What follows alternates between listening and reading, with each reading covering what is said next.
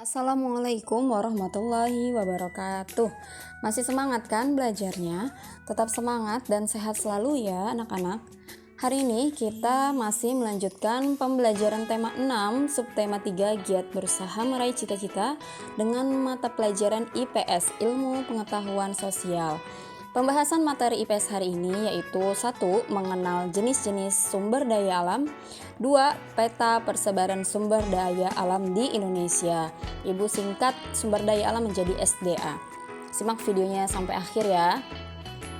Jenis-jenis sumber daya alam. 1. Sumber daya alam hayati adalah sumber daya alam yang berasal dari makhluk hidup, contohnya tumbuhan dan hewan. Sumber daya alam hayati termasuk ke dalam sumber daya alam yang dapat diperbaharui, yaitu meskipun kita pakai terus-menerus tidak akan pernah habis karena jumlahnya melimpah di bumi.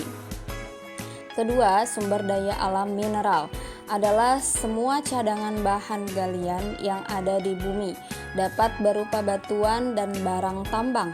Jenis batuan contohnya tanah liat, pasir, dan semen, sedangkan barang tambang contohnya minyak bumi, batu bara, gas alam, besi, emas, dan tembaga. Sumber daya alam mineral termasuk ke dalam sumber daya alam yang tidak dapat diperbaharui, yaitu jika kita pakai terus-menerus tanpa menghematnya akan habis karena jumlahnya terbatas dan membutuhkan waktu yang lama saat pembentukannya kembali. Mengenal peta persebaran sumber daya alam di Indonesia.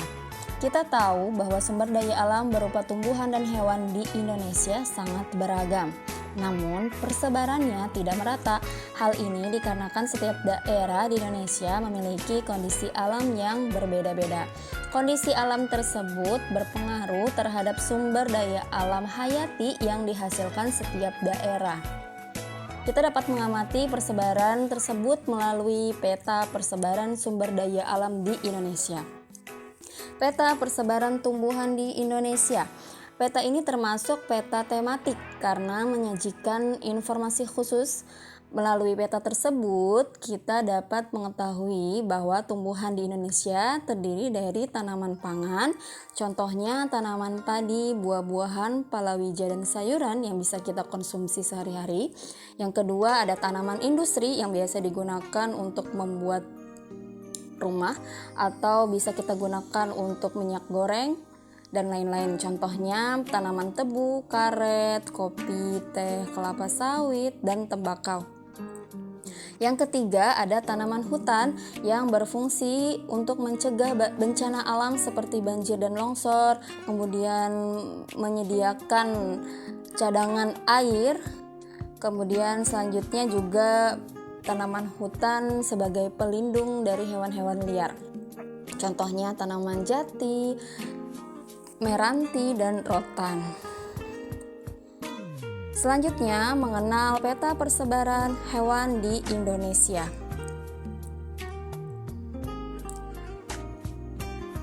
Melalui peta tersebut, kita dapat mengetahui ternyata hewan di Indonesia terdiri dari hewan liar dan hewan ternak. Hewan liar tinggal di hutan dan taman nasional untuk dilindungi dari kepunahan.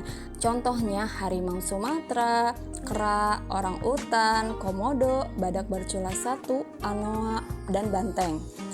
Sedangkan hewan ternak adalah hewan yang dipelihara atau diternakan untuk memenuhi kebutuhan hidup manusia. Contohnya kambing, kerbau, sapi, ayam, itik, udang, dan domba. Peta persebaran bahan tambang di Indonesia. Hasil tambang di Indonesia tersebar tidak merata sehingga jenis barang tambang yang dimiliki satu daerah dengan daerah lain berbeda-beda. Ada daerah yang kaya hasil tambang, ada juga daerah yang miskin hasil tambang. Tetapi hasil tambang bisa dinikmati oleh seluruh bangsa Indonesia. Barang-barang tambang yang terdapat di Indonesia antara lain sebagai berikut. 1. Minyak bumi terdapat di Sumatera Utara, Jambi, Riau, Kalimantan, dan lain-lain. 2. Batu bara terdapat di Banjarnegara, Umbilin, dan Bukit Asam.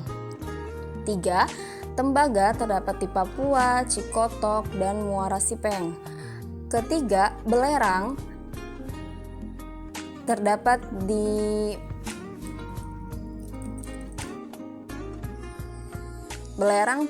di Telaga Bodas Garut dan Maluku Utara.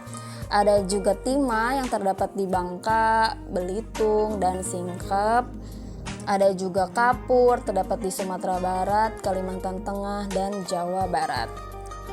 Semua sumber daya alam bisa kita manfaatkan keberadaannya selama kita mau bijak dan hemat dalam menggunakan sumber daya alam, agar sumber daya alam kita tidak mengalami kepunahan. Alhamdulillah, pembelajaran IPS hari ini sudah selesai. Semoga ilmu yang Ibu sampaikan bermanfaat ya. Kita akhiri dengan mengucapkan hamdalah, alhamdulillah. Sampai jumpa lagi di pembelajaran selanjutnya. Assalamualaikum warahmatullahi wabarakatuh.